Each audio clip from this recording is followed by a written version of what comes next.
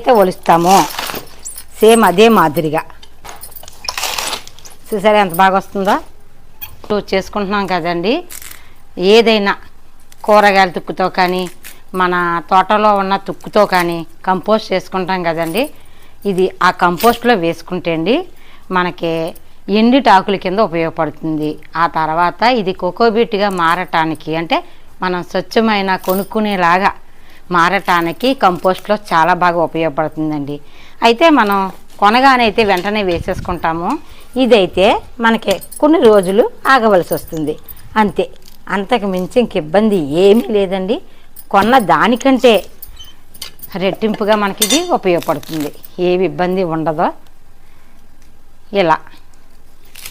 ఇలా తీసేసాం కదండి. దీన్నైతే మీకు కత్తిరి కానీ కత్తిపీట కానీ ఉంటే ముక్కల కింద కత్తిరించుకోండి, లేదంటే దీని పలంగా వాడేసుకోండి.